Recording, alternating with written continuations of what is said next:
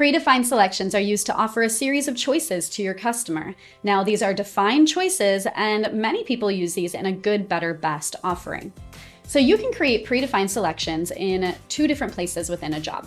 One is within your budget tab, and the other is within the selections tab. We're going to go over both. Let's start in the budget. When we're in a job budget, you're going to see right now I do already have my base package for my kitchen remodel, but let's go ahead and build out some selections. We're going to click plus group to create the group that we're going to put our selection choices within. So we'll click plus group, and I'm going to say that these are going to be flooring selections. All right, and create that new cost group. Now you'll see that there's nothing in this group quite yet, so now I can add my choices to it. So I will click the three dots at the group level, and then I'll click plus cost item. Now I can enter in my first choice for my customer. So let's say that we're going to offer them some vinyl flooring for their kitchen. So I will call this vinyl. And then I can enter in the description for that. So we'll say that this is an affordable and versatile flooring option. Great, and then I can choose my cost type. This will be maybe materials, and my cost code again are my back-end accounting codes, so we'll go ahead and choose flooring. All right, maybe I'm trying to cover 200 square feet here, so we're going to put 200 in our quantity and choose square feet as our unit. And then the unit cost is how much it will cost per square foot for this flooring. So we're gonna put $5.50 in here, and now you'll see that my price is automatically calculated based on my profit margin. Perfect. Now let's go ahead and add some photos, files, or videos to this item to make it stand out and help my customer visualize it. So we'll click the three dots on the item level, and we will open up those item details. Here you'll see I could have entered in all of my item details here, but we already did that. So we're gonna go down to the bottom and we will add in our files. I'll just drag and drop some photos of vinyl flooring options here for my customer. And of course, I can then add a name for each of these, or I can just hit done and they will all be added. Perfect. All right, let's go ahead and add a couple more choices. So I would like another choice beneath vinyl flooring. So let's go ahead and click the three dots at that vinyl level and add a cost item beneath it, plus cost item. And this one will be for tile. Perfect. Now again, you might want to just open up the details for that item by clicking the three dots and choosing show details, and we can enter in all the details for the item here as opposed to right there in our budget. Either works. So let's go ahead and add a description for this. We will say that it is durable, ceramic, or porcelain. Great. And then we'll add a cost code, and this will be again flooring. And then the type is going to be materials, and our quantity again should match the other one because we're still covering the same floor size. So we're gonna just do 200 square feet. And then the unit cost for this one, however, is going to be $6.50. Perfect. Now I'd like to add in some photos on this one as well. You could also add videos if you'd want to, but let me just drag and drop some that I have pre-saved in here to give my customers some visuals, and we'll hit done. Great, now I have some files added, and that item is safely within that flooring selections group. Now let's add one more predefined option for my customer. So I can click the three dots at tile to add another one beneath it, and we will choose plus cost item. And this one will be our fancy hardwood. Wonderful. Now again, I can fill out the details here, but sometimes it's just easier if you know you're gonna be adding some photos, we'll just open up the details from that three dot menu. Now I'm going to add a description. We'll say natural wood, for a high quality and warm look. Okay. And of course, we're going to fix any spelling errors there, and we will move on. So here we'll add in our cost code. This will be flooring, and then the type will be materials once again. And then we can have our quantity. We need to match because we're still covering that same square footage, regardless what choice they make. And then we'll add in our unit cost. This is a bit higher, so we're going to put $8.50 per square foot. And now we have calculated all of our price for our customer based on that margin. Okay, now let's add in some photos on this one. So I'm going to again drag and drop a series of photos directly on here, or you can click upload or copy from another place in JobTread. All right, we'll hit done, and now they are saved. Perfect. Okay, so let's save our changes and take a look at what we've done. So now I have 3 choices within my flooring selections group. However, at this time, we're going to notice that the system is totaling all of the items within that flooring selections group at the cost and price level. So the system is assuming we're going to include all 3 of those different flooring types in this job. That's not true. So what we need to do is we need to convert this group to a selections group. Currently, as it stands, it's just a standard cost group in our budget. So we need to go into the group details. We'll click the 3 dots at the group level, and then we'll choose Show Details, and then we'll open up the Group Details menu.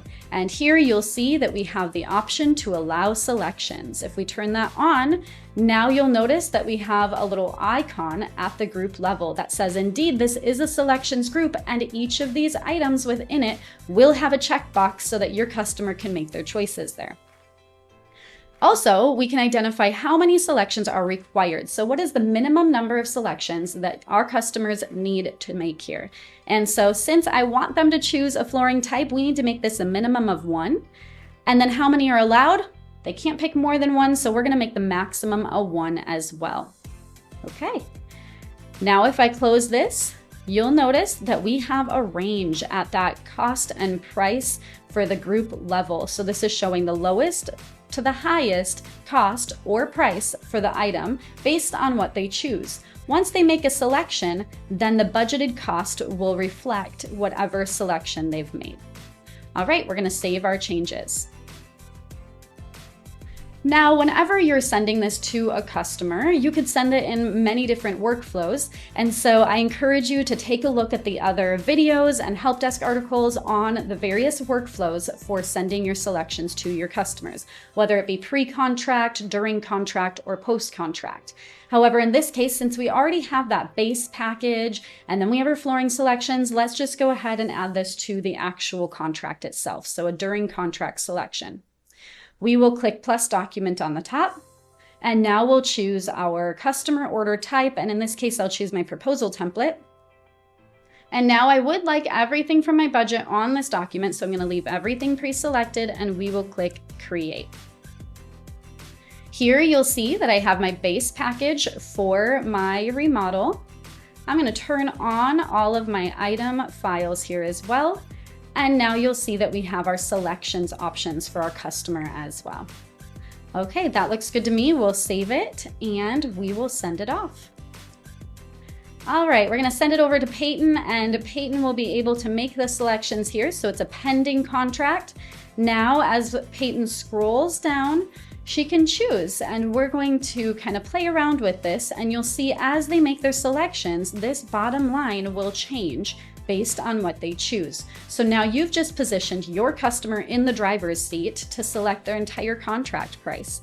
So maybe she feels good about the hardwood right here, and she's going to sign away and approve. We not only have approved this proposal, but now she has locked in her selection of hardwood flooring as the budget for the job.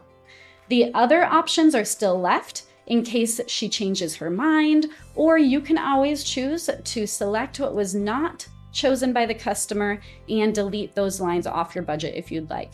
I just know that you've put in a lot of hard work to create all these selections, so you might just want to save them in your budget knowing that they're not approved, and in case she changes her mind, you'll be able to then switch that in nice and easy. Okay, let's take a look at another way that we can build our selections, and that would be within the Selections tab. When you head to your Selections tab in your job, you're going to notice that any document that has selection items on it will be listed in the Selections tab. Now, this is fantastic because you can create several documents for various selections within the job. So in this case, I could have had this just be my flooring selection, and then maybe I want to add a new selection document here, and I just want this selection document to be for appliances. So let's do appliance selections. Okay, and then we can add in our cost group. Now you could add a new group from scratch. So let's go ahead and do that. And we're going to call this appliance package. Okay, And now we're going to choose how many selections we will require. So this will be 1, how many are allowed, 1, and hopefully you're starting to see a very similar experience as what you had before, but in this case, we're just building out the document as opposed to putting it in our budget first. So you can come at it from 2 different angles, but you're going to accomplish the same result. All right, so I like that, and now let's add our choices within this group. So within my appliance package group, I'll click plus item. And now I'm going to choose an item that's already saved in my catalog to make this nice and easy. So I'll choose from catalog, and we are going to look in my own catalog here, and I will find my Maytag option. There it is. Okay. And I also could go ahead and add additional items right here from my global catalog. So let's do Samsung as well. And let's also add in our Fisher and Paykel one. There it is. Okay, now let's click add, and you will see all 3 of those items are now added into my appliance package selection. Okay, now I could also add an additional selection in the same document. So if I'd like to do that, I can click plus group, and now I can add appliance upgrades. Once again, I could go ahead and add a new group from scratch, and we're going to call this appliance upgrades. Great.